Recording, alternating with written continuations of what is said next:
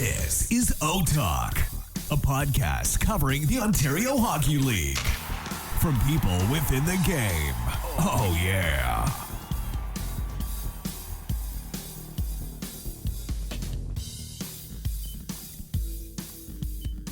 All righty, guys. Welcome back to the O-Talk podcast for episode number 6. I'm your host, Jordan Jacklin, joined always alongside of Frankie Benvenuti and Josh Kim. How you boys doing this week? Starting with you, Josh. It's good, man. OHL season's ramping up. All of our teams are I hate to say this, they're, at least I hate to jinx this, they're all doing pretty well so far. In the latest jersey of the week, repping the boys, London Knights, first OHL jersey into my collection. Super stoked when I found this on Facebook Marketplace. Not a huge fan of the team because obviously, but big fan of the logo, big fan of the jersey. So, and I felt it fitting that we start episode number 6 with another banger jersey. So how are you doing, Frankie?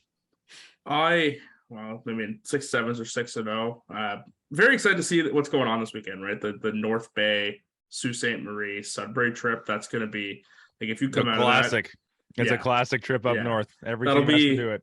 It'll be good for the boys. A little sad for me because I don't get to watch any hockey this weekend, but it happens, right? Not enough money in the budget to take you on the bus, eh? And I don't want to go up there anyway. It's awesome. Yeah, I mean, Mississauga's doing pretty good. Well, won 6 of 7 games. They got a full roster back, and guys that are expected to produce are currently producing. So, let's really just dive right into our news of the week segment, starting with some games of the week. Josh, what's a game that you want to highlight that maybe had some standout performances, standout goaltending? What game are you highlighting? Well, I mean, I'm going to talk about Barrie a little first, just because I'm not even going to say like it's like technically the game of the week or games of the week. They had 2. They went up north to Sudbury and Sault Ste. Marie as well. But man, I mean, back-to-back overtime wins are absolutely massive for any team, and under any circumstance, those 2 wins are massive. And for Barrie, like we struggled a little bit going up north. Like those long road trips can be really brutal for a lot of teams, but seeing them have Sudbury's number again. I mean, we saw them beat Sudbury earlier this year in what was a high scoring game. And so, we know we can compete with them there.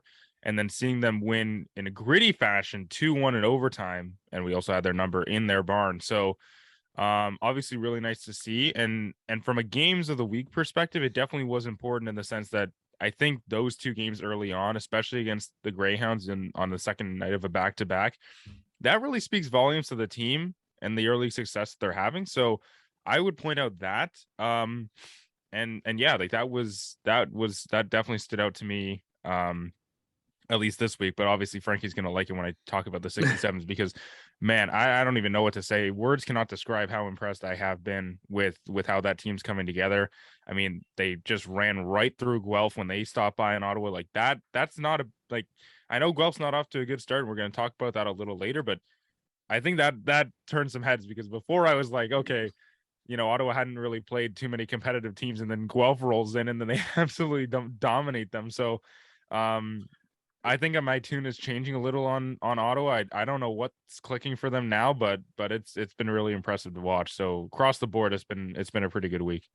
It is pretty funny you say that, Josh, because I spoke to Vinny Rohr yesterday. And he was Of course pretty... you did. Of course you did. Well, I had to write a piece. It's the first time 6-7s or 6-0 in franchise history, so I had to do something about that. But he was pretty blunt. Like he said that when we played Guelph, it was the worst we played all year. So they're saying that like last year they kind of struggled to win those close games where they weren't really the better team. They had to like really outplay the team to find a way to win, and they're starting to see that kind of change a little bit now. They think. Like they weren't fantastic when they played Guelph. They scored a lot of goals in the power play, and they were pretty good killing off their own penalties. But Guelph controlled the second period, and they had a lot of time in Ottawa's zone in the third period as well. So, like I think to be 6-0 after 2 games against Oshawa, I know, like again, we don't really know where they're going to fit into this division. I think probably middle of the pack somewhere. But I mean, to be 6-0 no matter who you played, especially when. I think we can all agree that Kitchener is going to be better than where they are right now. Oh yeah, still a good hockey big team. Big time. So to get 2 points off of them now, even though they're struggling, that could be big down the road. You heard it here first, guys. A direct 67's update straight from the mouth of Vinny Roar from Frankie. That's great. Vinny Roar is one of the most brutally honest guys I've ever talked to. By the way, Is that a European thing? You think? Like, is he just like that, or is that just him as a person? I don't know. It's funny though, because like you would think first year in the league was last year. You would think his English isn't phenomenal, but he came in. He was fantastic. He loves talking. He loves answering questions. He's a great dude. And Maybe, guys, maybe a future guest, eh?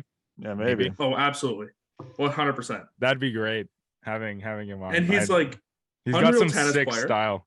I unreal love his tennis style. player. He picked up golf last year. And he's already the best player on the team according to a lot of them. So the kid is just like whatever he does, he's just great at.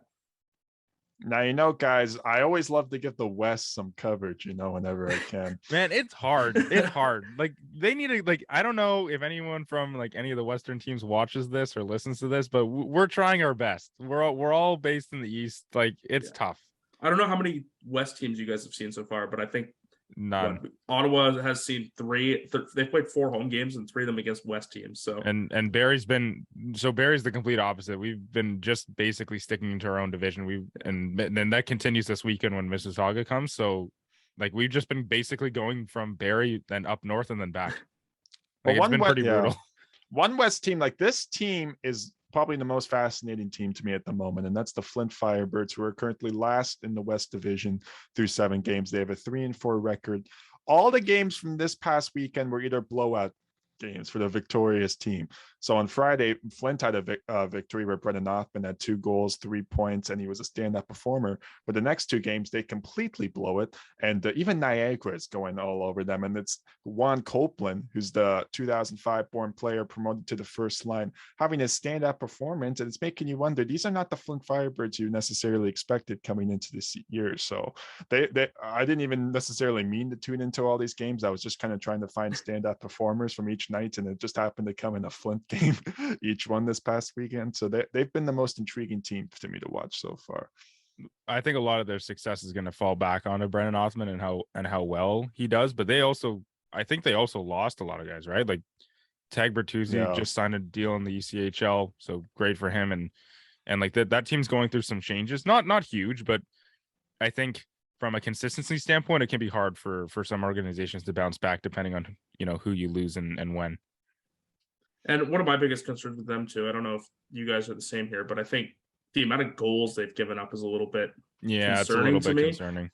Especially because I know firsthand that Will Cranley is a solid goaltender. Like is he their starter? I'm looking at the box score here. It looks like Nathan Day has gotten a few starts, and Bo Porowski, who honestly I'm not entirely sure who that even is. He got a little bit of time in the game against Kitchener. He may have even started that one, to be honest. I'm not entirely sure, but it is concerning to look at a team that brought in an OA goaltender that just isn't getting the saves right now. Especially when you lose 7-3 to Niagara, then you lose 6-2 to Kitchener the next day. That's a tough look early in the season, I think. Especially from where Flint was last year, like that's a bit of a tough look. And they're supposed to be good. Like they're supposed to be the best team in that division. I think. Yeah. I'm not sure which of us said that, but there was 2 of us that. Yeah, there were definitely 2 of us. 2 out of 3 of us said that. Yeah. Some of those predictions I'm not too thrilled about. But I mean, on the topic of teams that are kind of underperforming, I mean, the Guelph Storm, man, what is happening? Like, my goodness, what is happening with that team? Like, I don't know if it has to do with the head coaching change due to the unfortunate circumstances surrounding that. Obviously, wishing all the best to the head coach or the former head coach now for Guelph as he recovers from some health issues. But man, talk about a team that had high expectations coming in. I know a couple of us, myself included for sure, definitely picked them to come out of that division when the dust settled, but man, they are off to one horrendous start, and I honestly don't really know why. If you guys have any ideas, feel free to shout them out. But I'm completely at a loss for this team. Like it was I have one idea. Yeah, let's hear it. While they're currently fourth in the Midwest Division, only Kitchener is behind them, and they just got one more point. They've currently allowed 40 goals through 7 games, and that's 13 more than the next team, which is Erie, which is 27 goals against. So they're clearly scoring keeping the at cup. Yeah, they're scoring at a low clip too. They're not Yeah. putting the puck in the net either, which truthfully to me is very concerning considering the amount of time on attack they've had. Like I watched them play in Ottawa, of course, and they looked good. I just didn't understand why the goals weren't coming. It was one of those games where you're like, they're going to score. Like it felt inevitable, and they just didn't have the horses to finish off those chances. You know, it's funny you say that, Frankie, because they're actually tied for first in goals for Are they? Owen Sound at the moment. See, that that Midwest is- division that is isn't that good. nuts. I'm going to be honest with you. That if you is look at that crazy. Midwest division, Do you Tied know for what, the though? lead, tied for the lead in goals for, but also have given up the most goals. That is insane. Yeah. But Josh or Jordan, didn't they score like 7 goals in one game? It was like a I think they 10-7 did game. actually. Yeah. So that kind of skews things a little bit. We're And, so like, early still. Yeah. And I don't know, like they didn't ever look entirely dangerous. Like, and it's put them in a point now where I think you have one of two choices. You either double down on this or you start to sell off on a team that was predicted to be one of the best teams in the league this year. It's a very, very difficult spot to be in because they look so far away when they shouldn't be. And it is still early. Like I think that's what we're all forgetting. We're not even 10 games into this thing yet, so it is still early. And to Jordan's point, that Midwest division is looking pretty sad right now. I mean, Owen Sound's the leader, 4-3. That's also not phenomenal. So that's interesting to me. Like I think it could turn around for them easily, but just like from looking at it from a present day mindset, like it's pretty concerning the way things have been going so far. Josh, you're a Leafs fan. You should know about pushing the panic button. Jordan's also a Leaf fan, so if you're gonna call Leafs fans out, you should call us both out. But Well, yeah, Jordan's hitting the panic button with me, so I'm not saying anyone should hit the panic button. I'm just saying like I'm kind of at a loss. Like I don't know how that's happening through the first like 7 games of the season, but yeah, and they look like a good team. But I'd also be very concerned if I'm them. I don't know if we're going to talk about Kitchener, but that team with Marco Costantini and Philip Massard. Well, how about a great segue into the next let's topic do of it, Frankie. conversation, man. Segue If you want to talk about it so badly, let's talk about it. I think we have to talk about this because we do. We like, 100% do. Picking up Marco Costantini, who should be one of the best goalies in the league this year. That trade came out of nowhere. That shocked me a lot. And obviously the addition of Philip Massard is huge. The Constantini trade, I have no idea what Hamilton is doing with that. Like Hamilton, obviously they lost a lot of guys. Like Mishak's not back. Neither is McTavish. Jack Guy's obviously gone. Like you're taking a lot of those pieces of the core out. And Marco Constantini, whether people acknowledge how good Hamilton was defensively or not, like he was a big reason why they, had so much success. Yeah, they scored a lot of goals, but he was huge in net. Like he got all the playing time. He was massive. So now Steve Stais is out as the general manager, moving on to the NHL, as I think a lot of us expected. I don't know what that's about. I don't know why. Like, are they accelerating the rebuild or something? Well, it's 5 overagers they had on the roster. Somebody had to go, and I have the feeling. Yeah, but that cannot. The goalie, no way, man. That's not the first person that should be gone. I think there is merit to moving on from the 08 goalie and letting your young guys develop, because I think goaltender is one of the hardest places to develop, and you need playing time to do that. So if you're just going to waste the season, especially with a guy like Marco Costantini, I think he's deserved the chance to go compete for another championship somewhere else. So yeah, and he goes to Kitchener for that. Decision. I mean, well, look at what the team has got now. Like you're talking about, okay, they're going to be a lot Kitchener better. Believes they can rebound from their 1-5 start here. I think they're going to be a lot better. I do not. And even just look at Sunday's performance, they beat Flint 6-2. Carson Raykop has a hat trick, and now you just added Philip Massard. They're going to be much better. They might even be a playoff team. I don't think they're. I shouldn't have picked them for first, though. No, but you know what? Like between them and Guelph, who's the better team? I'd say Kitchener now. Kitchener for sure. Yeah, but I don't think they're an instant Memorial Cup favorite now that they have a goalie in Philip Massard. That doesn't make any sense. No. So but I think they took a massive step forward. And Massar's going to take a little while to settle in, I think. To your point, Frankie, I think it is important to note that it is important to develop goalies, and Hamilton has a few young ones on their team and the ones that they've drafted. So I think now that move makes a lot more sense. But I think that's still a little strange, because that to me tells me that Hamilton's like throwing up the white flag immediately and being like, we're not going to be as good as last year. We're just going to see what we have with this young group of kids and just go from there. If that's the strategy they want to employ, that's totally fine. I just think that's a little surprising for me, because I was not expecting them to do that. Isn't that the OHL in the vacuum, though? How quickly like the trajectory of a team's changed? Yeah, I guess, and that helps keep things competitive, because it's not the same team going for the championship every single year. So that's obviously a good thing. But again, pretty shocking on my end that I did not see that coming at all. Yeah, I think that one's been a long time in the making too, to be honest. I don't know if they really even wanted to get this far without having something done. And that's just me kind of thinking about what they wanted to do for, like, again, a big part of this is what you want to do for the player to help them continue their development. So that's true.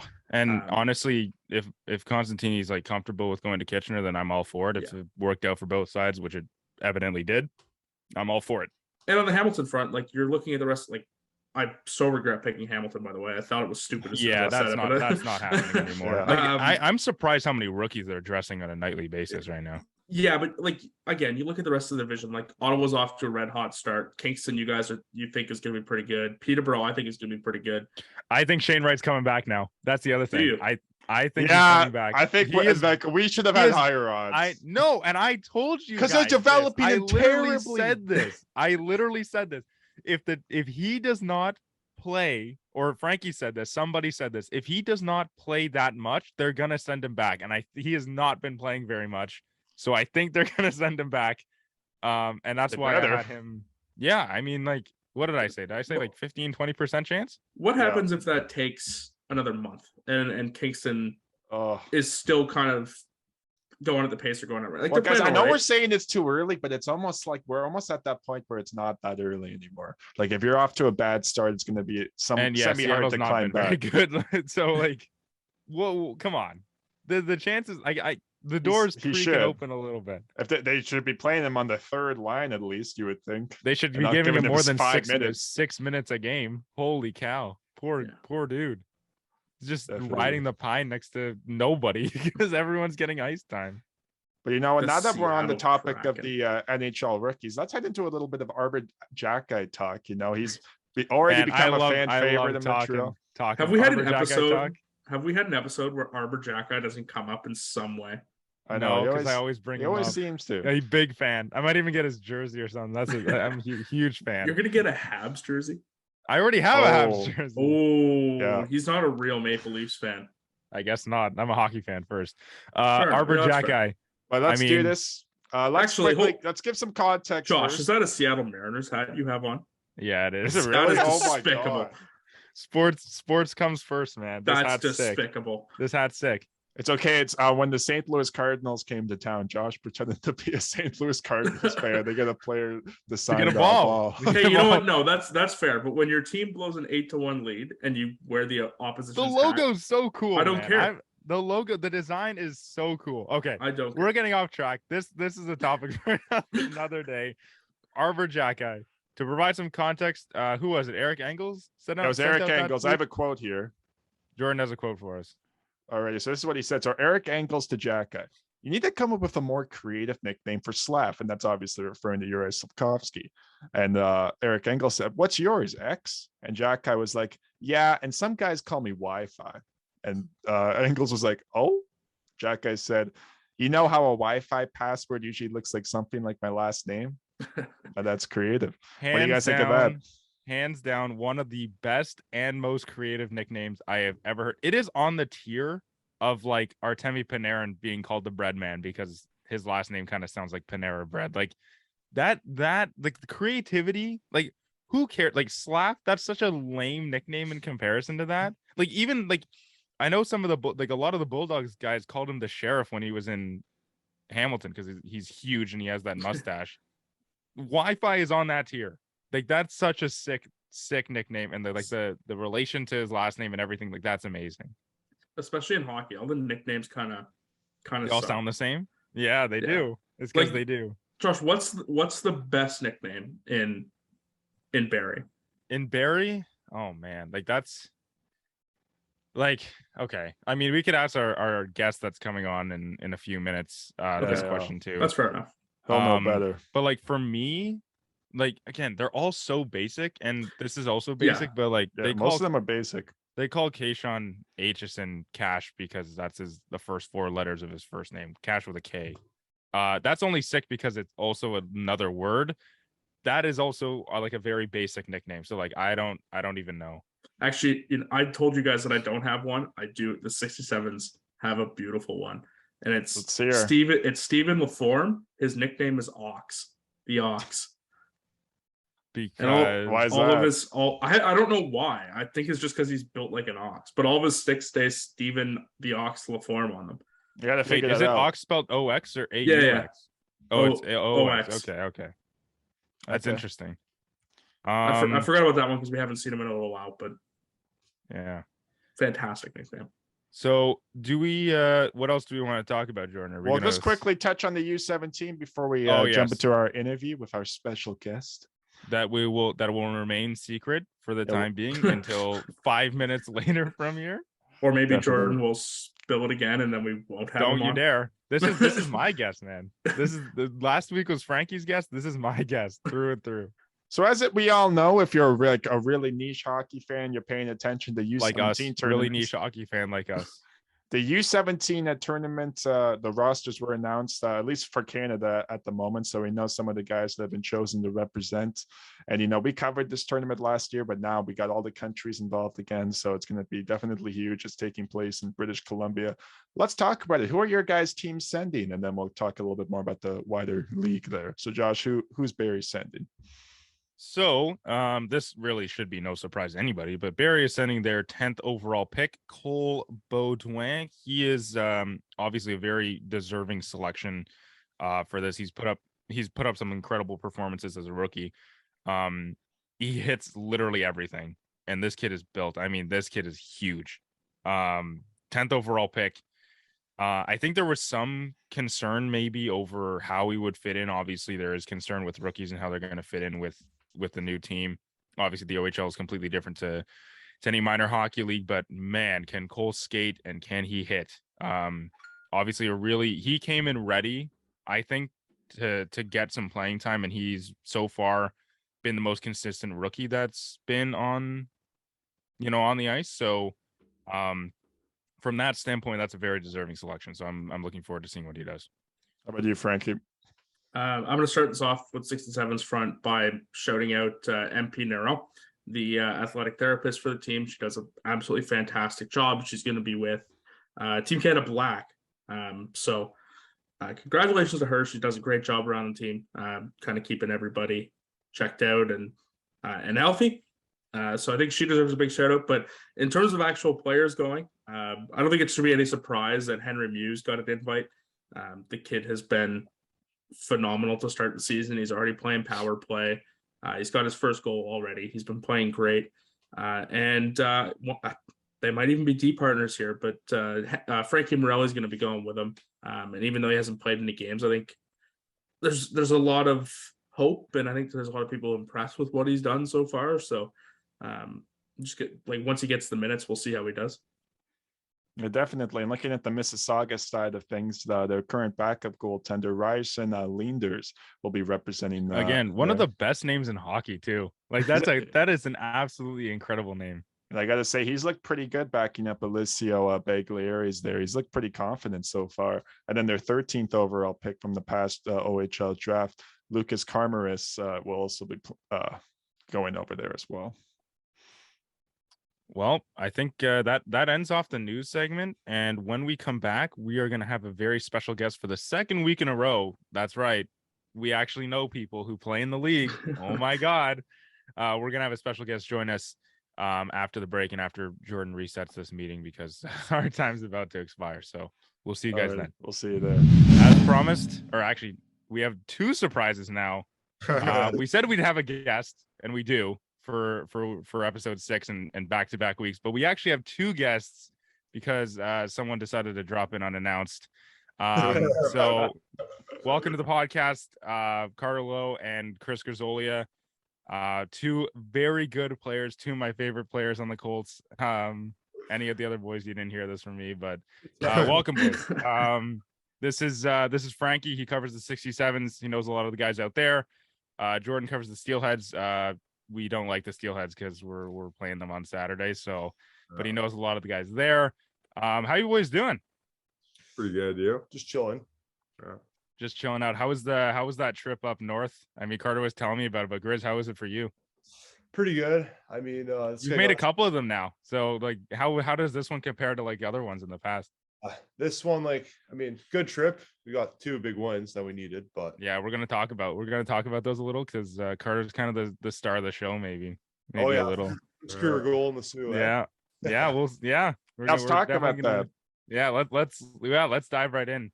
And actually, this is good because both of you guys, we're gonna put you through the ringer here. We're gonna ask you some questions, but also at the end, we got a little trivia segment planned that I came up with some good questions that I think both of you hopefully should know if you know your OHL stats and whatnot. So wishing you the best on that. I know it's intimidating, but you got Frankie. He really hyped it up this week too, and I hyped it up. I did very hard. Research, so I mean, diving right in, Carter, like, man, congrats on scoring your first OHL goal. That must have felt amazing, and to do it so soon into your OHL career, that must have felt even better. So, I mean, walk us through the goal. I saw the highlight. It was absolutely nasty. It was disgusting, actually. So tell us about it. Thank you. Yeah, no, it's a big weight off my shoulder. It was just a big change from Chisholm. I got on the ice. It's kind of cherry picking a bit, but I think their D turned it over. Gels got it, and then he fed it to me on a breakaway. Nice kind of went forehand backhand. Yeah, and hit a nasty celly too afterwards. You were hyped, eh? I didn't even know it was that crazy of a sally until I kind of rewatched it. My legs were flying into the boards. It was all over the place. So. Yeah. So Grizz, I mean, where were you when he scored that? Like, what was your reaction? I mean, unfortunately, I was on the bench, but I was fired up. I saw it go in, and I stood on my feet. I was going nuts. I mean, you probably couldn't hear me, but all the boys were excited. I mean, it's your first goal. That was the same for me. I mean, it took me like 20-something games to score my first goal, but I was fired up, and all the boys are fired up too. So yeah, so that's actually funny because Frankie's obviously a 67s guy, and you scored your first goal in Ottawa. That was also a beauty. Different reason because it was an absolute snipe, and I wasn't even there, but I saw Colin posted on social media. I'm like, finally, this kid finally scored, and so walk us through that because that was like a short side absolute missile. And I don't know, Frankie, were you in the building for that? I was probably there. Yeah. I think it was the last game before like the Christmas break. Yeah. And so like, I mean, I had so many chances up to that. Like I was trying not to think about it, but you're always in the back of your head. Yeah. I've hit so many posts, like, 20 games in the season, crossbars. Like I had a goal disallowed. So I'm okay. Like eventually it's going to come. So it's the last game before the break. And I don't know if you remember Durchensky on our team. Oh yeah, Vlad. Yeah. Vlad. Well, for the guys that don't know, Vlad was like our import for like the longest time, and I don't really know where he went, but he spent like a season. He was actually quite the character. Like he was funny. He was funny. But I remember he just gave me kind of a little slip pass. I don't know if it was on purpose or an accident, but a little slip pass out of the corner, and I kind of come across the goal line, and I don't know, maybe there's a few inches of room top shelf, and I just kind of went for it and it went in. And it was gross. And that highlight will live forever because that was so sick. So diving into some questions here, like Carter, I talked to you about this at the last home game, and I didn't really hear your answer. So I just wanted to give you a chance to so I could actually hear the answer. Like why the fishbowl? You said something about being eligible for a visor, but why are you rocking the fishbowl instead of the cage? No, right now I'm on like a 10 game card. So it's kind of like a call up. Oh, okay. Yeah, I'm just kind of stuck with the fishy for now. How you liking it? Like, do you have to wipe it down every shift or something, or? No, I'll have my moments where it fogs up a bit, but it's pretty good for safety. I mean, going into the corner is fearless. So don't want to get any cuts or lose any teeth. So Yeah. the next one's for both of you. Who's the best dresser on the team? You guys got some. I think Cardsy might actually, like, for me, I think Cardsy might take the cake because he's got those hats. But what do you guys think? Cash has got a nice pink suit. And Cash has got the nice pink suit, of course. Anson's got pretty good style too, actually. Yeah. It might be Cards though. It might be Cards. I'd say Cards. Yeah, I'd say yeah. That's a good answer. So boys, you got any other questions? Yeah, guys. What's the significance behind your jerseys numbers? You know, Carter, I know you wore 85 with the Marlboros. You wear 5 now. I know you're wearing 81, Chris. What are the significance behind those numbers? For me, honestly, like there's no significance. Like I just kind of stuck with it. Like I started off in house league when I was 5 and I was 81. And like every team I went to, I was lucky enough to keep it and kind of just stuck with me all the way through. You were going short side snipes in house league too, yeah? Oh yeah, back in Tyke Blue or whatever it was. He's the next Phil Kessel. Yeah. But yeah, for me, I always wanted to be number 8 because I was a big Ovechkin fan, like many others. But it was always kind of taken by the coach's kid. I feel like you're trying to call out someone in particular right now. No names. But yeah, I kind of stuck with 5, like since Tyke, and then it got to minor Adam, and I was like, okay, I kind of got to switch it up. But then again, another coach's kid was 8, so I just kind of no names either. No names. So I just kind of threw them in together, and I got 85. And then when I got up to Barrie, Morgs, the equipment manager, came up to me with a list of numbers, and 5 was on it. So had to go back to my roots. Oh, so Morgs is why you're number 5. I hear you. Yeah, that makes sense.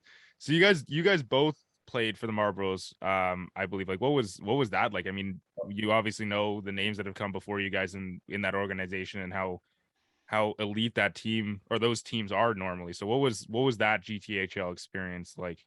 Yeah, for me, it was great. Like I played there all 7 years of minor hockey, so I stuck there for like I was one of like the last guys on the team. Honestly, like it was, they have the name. They've always been like at the top, them and JRC. So it was great playing for them. I was, kind of unlucky in minor midget that we didn't have a season, but yeah, like it was a great experience. Yeah, well, for me, I played minor Adam to minor Pee Wee, and then I went back for minor midget, and it was pretty unreal. We got like the whole locker room. We got our stalls with their names. So we were treated pretty well there. Do you guys still have your jerseys that you kept, or? I do. Yeah. Yeah. I'm in right in my room. I have all mine. Nice. Minor hockey in Ottawa was a little different. Holy smokes. So Carter, this one's for you. Caden Kelly was our last guest, and he knows you, and he recommended you to join when we asked him like if he had any good players that he'd want to hop on. So what is your relationship with him like, and what are you gonna do when you see him when you play Ottawa? Yeah, I mean, we played 3 years on the Sens together, or no, I think it was 3, maybe 4. But yeah, he's a really good guy. But no, he blew me up on practice, so I might have to go head hunting next game. Wow, in practice too. That's crazy. Besides that, he's a great guy. So this one's also for the both of you. But have you talked to your parents about coming up to Barrie for games? Like Grizz, I know your parents were around a lot last year, especially on the road. Like how is that arrangement working out for you guys now that you're, I mean, you're both Toronto kids. Barrie's not too far from Toronto, but it's still a bit of a drive, especially in the winter. So how is that? How are those conversations going? Like I was pretty lucky. Barrie's one of the closest teams to Vaughan, where I'm from. So my parents were happy when they saw me get picked because I mean, they're like, last year, no commuting anymore. Yeah, I mean, obviously it's still like 45 minutes away, but it's better than other teams. Like they would come to almost every game, I would say, like when they would. And even on the road last year, like they love coming out. They'll take the road trip the odd time and come to North Bay or even Sudbury. That's crazy. Diehard fans. Grizz family, diehard fans. Well, I know for my parents, will be out a lot just because my sister just went to university this year, and my brother went to university like 3 years ago. So I was kind of the last one to leave, but I was trying to hold on to as long as possible. And they got nothing better to do, I guess. I guess so. Frankie, you got any questions? I'm gonna go ahead and I'm gonna assume you guys are building together right now. Yep. Yeah. What's that like? Like, How I mean, did, it how must, did that even come together? Oh my Yeah. god. Well, to be honest, I lived here last year. I lived with Tabak. He was an overager, so he's out now. Yeah. But, Oh, by the way, hey, he's sorry to ramble on. He's coming to Ryerson where I work in a week because he plays for Guelph. oh yeah, so they're playing in Ryerson. Cannot wait to see him and Nate again. That's gonna be hilarious. I thought that name was outlawed now, Ryerson. Oh, sorry. TMU, my bad. Toronto Yeah. Metropolitan. I don't Toronto know. Metropolitan University, my bad. Go Don't bold, eh, cancel Josh? me. Go Yeah, I bold. know. I'm still getting used to the name too. But anyway, he lived here, and then I got a call like I think like three days before I was supposed to move in for this season, saying that they need a bed for him. And my bullet was like deciding if she wanted to take two. She doesn't know if she wants two or one. She's like, yeah, maybe we'll just take him in for a week or two just until they find another house for him. And then that happened, and then somehow ended up staying for the whole year.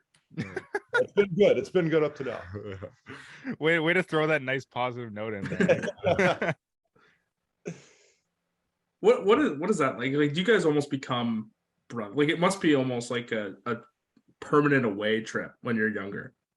Yeah. No, it's nice for me because it was kind of like my first year moving in, so I was kind of a bit nervous, and having him to kind of rely on, show me the ways. It was pretty nice.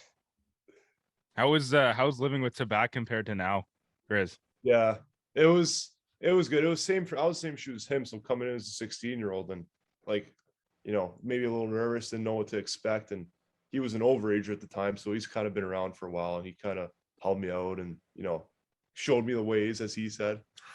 But it was good. It was good. But now I'm kind of the older guy, somewhat. So I'm kind of in his shoes, and now he's in my shoes. So yeah. So I got a bit of a more hockey related question. Like, I mean, Anson Thornton joined our team or the Colts over the offseason, and he catches with the other hand. When you're shooting on him in practice, does that throw you off at all? Oh yeah, I was just saying that. Like, was it the other day? Like, it throws you off. Like, because like most goalies are always left glove and right blockers. Like, you'll go in practice, and I usually pick like my shot is the top right top right for the goalie, so it's usually high blocker. But now when I shoot on him, it's high glove. So it always messes me up. And I'm like, he always catch it. Like, it kind of just throws you off a little bit. It's weird. But it's good to have him on our team because then when other guys shoot on him in the game, then yeah. I've heard from more than a few people just around the team that it's thrown a lot of people off when they shoot on him, which is obviously hilarious. Yeah, so you guys just took a bus trip again, and that won't be your last one because obviously the travel's more now this season. But I want to ask, like, what are your road trip habits like? Like when you went out to Kingston and Ottawa last year, Grizz, or even up north now, like what are those bus rides like?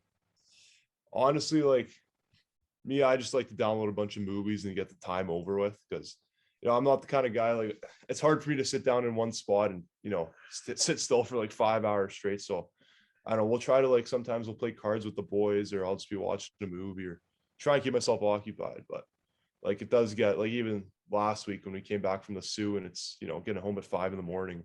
It's a 6.5 hour bus trip. It's not easy, but yeah.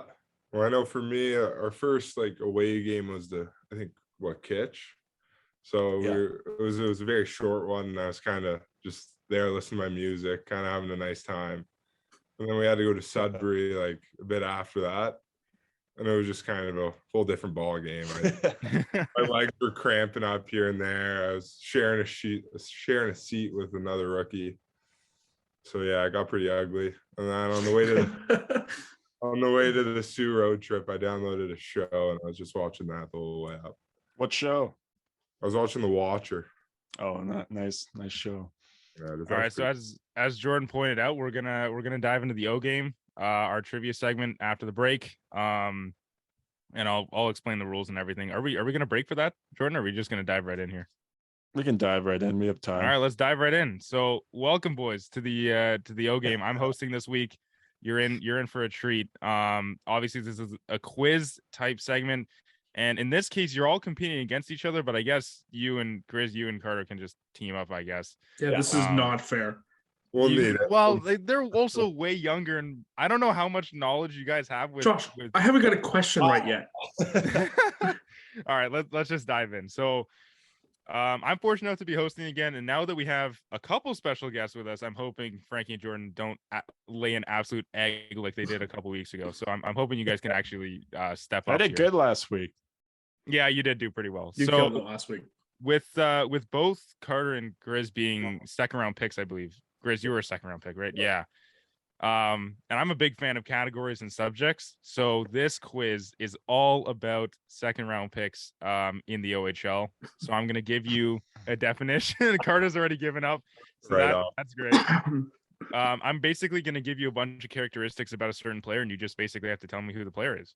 And so like these are going to be past. Obviously, these are going to be past like second round picks. All of them have played in the NHL. Some currently do. Who knows? So I got 4 names. Frankie, looks like you're sweating over there. So I'm already toast. Yeah.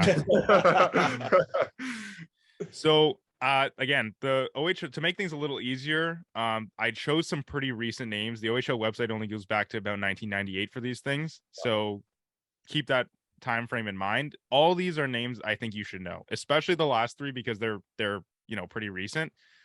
So just bear with me. These questions are a little longer, but be sure to pay attention to all the intricate details. Are you guys ready? Yep, ready to go. Yeah. All right, let's do this. So the first question and the first definition is: this Ottawa-born was drafted in both the second rounds of the OHL and NHL draft, and joining the OHL in 1999 with the Kitchener Rangers. He averaged well over a point per game in each of his 4 seasons in the league, captaining the Rangers in his final season while also joining Team Canada at the World Juniors in 2002. Grizz and Carter, you guys were not. I don't think you guys were born in 2002, right? I don't even know. Oh, yeah, 2006. Yeah. He has since joined a long and successful hockey career across both the NHL and Europe, earning himself the reputation as one of the more consistent centers of the early 2000s era. He was never the flashiest offensive player, and his career high was 81 points, which came in the 2007-2008 NHL season. Who is this player? You're trying to screw me with the Ottawa-born thing because you're going to say that I should know it. No. I didn't even know he was from Ottawa. Like I had to search that up. So I don't even know. Oh, like I have a hint ready to go, but like, what's that? A little bit of a tough first question, I would say. We already need the hit, bro. You said he played for Kitchener, right? He played for Kitchener. He's actually a Kitchener legend. I have a feeling his banner, his numbers raised or something. I don't know. The hint: he even paid a visit to Kitchener again, this time as a celebrity coach in last season's edition of the Top Prospects game. And come on, like, that's a dead giveaway. I didn't even want to say that, but that's a dead giveaway. Oh, I know what you're talking about because I was watching it.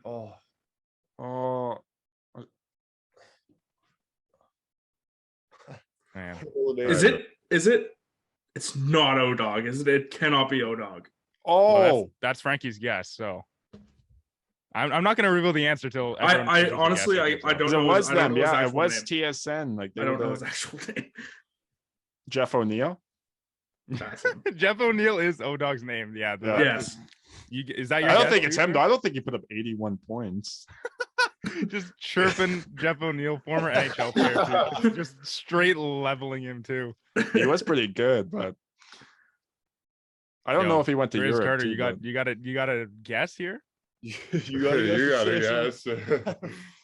Kitch. This seems like a time where you just steal the answers. I've got no idea. All right. So I'm gonna say it was not Jeff O'Neill. He did not. I don't even think he played for Kitchener, but that's just me. The correct answer is actually former Buffalo Sabre and noted Leafs killer Derek Roy. I was never gonna get that, Josh. Come on. Okay. Well, I think I would have gotten it, especially with that last hint. But these next 3 players, I'm gonna say all currently play in the NHL. So I'm hoping you guys know who these these guys are, especially you, Carter and Grizz. I hope you guys know. I hope you're good with NHL names. I'm just saying. Too much pressure on us. Too much pressure. Right? So, born in Richmond Hill, Ontario, he was drafted 40th overall in 2009 as the last pick of the second round. Playing 4 seasons in the OHL, he was then drafted in the 3rd round of the NHL back in 2011. And after jumping between the AHL and the ECHL, he finally helped lead his team to a recent Stanley Cup championship, which earned him a sign in Richmond Hill that states that Richmond Hill is his birthplace. Bonus points if you can name his junior team. Have at it. Oh my God. Are these hard? I didn't think this was that hard. Do you know what? Okay, 2011 third round pick. Do you want his NHL team? Well, that's a dead giveaway if I tell you his NHL 2013 NHL pick? No, it's 2011. 2011. But don't let that date confuse you because he's only had recent success. That's why I threw that in there. You know what? I'm just gonna. This is probably not right. Anthony Cirelli. Okay, Jordan. No, he was drafted in 2015. Oh God. I'll take my L. I named a player that could have been it. So. Hey, did you even tell us his OHL team? What OHL team did he play for? Okay, I can tell you his OHL team. It's not going to help you with Iowa. I don't think it will. He played in Owen Sound for 4 seasons. Actually, you know what? I can give you his position. That actually. Yeah, can you give us his position? He's a goalie. Oh. Jordan Binnington? Okay, that's your guess. Oh, that's a good I don't even know if he played in the OHL, but he didn't. No. Owen Sound.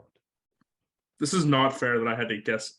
Like Anthony Cirelli's not a goalie. You just spat a bunch of crap out of your mouth as soon as you had the chance, Frankie. Holy cow! Yeah, jumped the gun a little. That's how it works here. All right, boys. You got an answer. You got a guess. I got no idea. I have no idea. All right, 0-2. OHL boys are 0-2, and that's a bit surprising because Frankie's definitely incorrect with Anthony Cirelli, but the correct answer is actually Jordan Binnington. Oh wow, really? Yeah. I thought he was a college kid. No, he's full Canadian, and he was drafted in the OHL in the 2nd round. So, Jordan Binnington, Owen Sound is the second answer. So. Don't worry, Grizz and Carter. You still have 2 questions to. Like these ones are actually the easiest. You gotta get dialed. I hope these are easy. You gotta dial. Yeah, you gotta dial it up. You gotta turn up the intensity. It's game time right now. They will beat me. I will not get one of these right. Yeah. So the 3rd question: drafted. This one's a bit tricky. Just hear me out on this. Drafted by Windsor as the 40th overall selection in 2014. This American-born player never suited up in the OHL. Instead, he elected to join the United States National Development Team and later Boston University for 1 season, which led him to being selected 7th overall in 2016. With this season being just his 6th full NHL season, this player has seen postseason action just once. You made that too easy, Josh. I definitely made this too easy. God damn it. Do you guys not know the answer? Is it not Caulfield? No, this is 2016. This is 2016 draft. 2016 draft. Think back. I feel like you know the answer. I don't want to already. say who yet. But Jordan, you can go last because I feel like you know. No. Who's 6th overall? You said or 7th? 7th. Because I just have to draft. It's only because you said that he went 7th overall. 7th overall in 2016. Think, Frankie. American-born, recent American high-end draft picks here. Man, Carter's face. Oh my goodness. You got no idea? Okay, can I know the NHL team? Well, that's don't tell him. That's gonna give it away. He's a forward, but if I give you the NHL, almost every time if I give you the NHL team, it's gonna give it away. No, nothing. I'm dumb as a post. It's Clayton Keller. The correct answer is Clayton Keller, and believe it or not, he was drafted in the 2nd round of the OHL. Never played here, but he was drafted. Here, which is crazy. Good job, Jordan. Man, you're crushing it. I just want to host every week. I don't want to have to answer questions. I don't know how to get them and it's tough. Don't worry, Grizz, Carter, you can redeem yourself literally right now. This one is actually we need one. You need one. This one's by far the easiest. Okay, it's like the easiest out of the 3. Oh, so that's the last one. So drafted just 2 spots ahead of Clayton Keller in 2014 out of the Mississauga Senators program. This player quickly became one of the OHL's most prolific offensive threats, putting up an 109-point season in 2017-18 with the Sarnia Sting. Drafted 35th overall in the NHL in 2016, he averaged a point per game pace in the 2021-22 season, establishing himself as one of the more notable up-and-coming players in the league. A Toronto native, he currently has a younger sibling that is playing in the OHL. Who is this player? I don't even know. This is the easiest one. This is by far the easiest one. That was so many hints. Come on. 2016. I didn't even. So remember, Alex DeBrincat went in that range. I know it's not him, obviously. What player? What team does his brother play on? What team is? Yeah, sure. I'll give you that. I believe his younger brother plays on Erie. We never. Oh, I know. John, don't say it, Jordan. I won't say. I think I know. I knew that would give it away because you at least know like that stuff. This team just came through. And this team just came through, Frankie. I don't know what you're doing. And boys, I don't blame you for that because like you guys, we see Erie like twice a year, or we didn't even see him last year. So I've never played against Erie ever, to be honest. Yeah, at least. Now, the Erie comment gave it away from me. Jordan, I hate you. Here, I'll tell you, his younger brother's like one of the top defensemen in the OHL. Like we talked. Oh, I know who it is. I know who it is now. I think. All right, give the Barrie boys a chance to wager a guess here. Top defenseman in the OHL. Yeah, think of the top guys, but from the West though.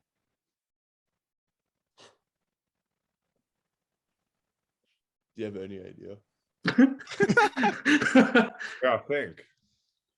Erie? Yeah. Oh man, if it was an East team, I would know for sure. Okay, wait. Just because Frankie and Jordan know the answer, I'll give you the NHL team. So the Sarnia guy plays on St. Louis. Yeah, I know who it is then. Kyrou. He got it. Yeah. There we And go. there we go. Yeah. Yeah, didn't he just not get drafted? The Barrie boys finally get one. No, he took longer to develop. He took longer to develop. That's why. That's like the tricky part. Glad everybody got that one because that one was actually pretty easy. Christian Kyrou plays on the Erie Otters, by the way. For now. Got another one going. Let's get another one going. And that concludes it. That was the 4 questions. Congrats, Josh, Jordan. I have one more question. Yeah, what's up? Who's the OHL's best photographer? It's obviously me. It's Colin obviously Jenkins. Colin. no, Colin's rising, man. His stock is rising. He's getting better. But congrats, Jordan. You took the dub 2 weeks in a row. That's pretty impressive. Jordan wins every week because I swear to God, he just studies for this like it's a test. No, he definitely does. He studies random question, facts he every definitely single does. week. I thought Josh gave those answers away. Those last two. Those first two were ridiculous. That first one was ridiculous. Derek Roy. You think we're gonna know Derek Roy?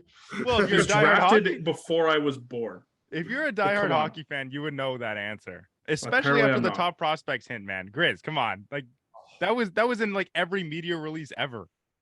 That was bad because then he just got drafted. One of the Kyrous got drafted this year, the Erie one. Did he? His younger He brother. probably did. I don't even- Yeah, he might- I he's don't even good. know. So Yeah, that's what I thought. probably did. Yeah. Gentlemen, thank you guys for joining. Really appreciate it. Carter, thanks for bringing Grizz as a nice surprise. Most likely won't be the last Barrie guy we have on this podcast, but you guys did a phenomenal job. Obviously really appreciate it, you guys coming on.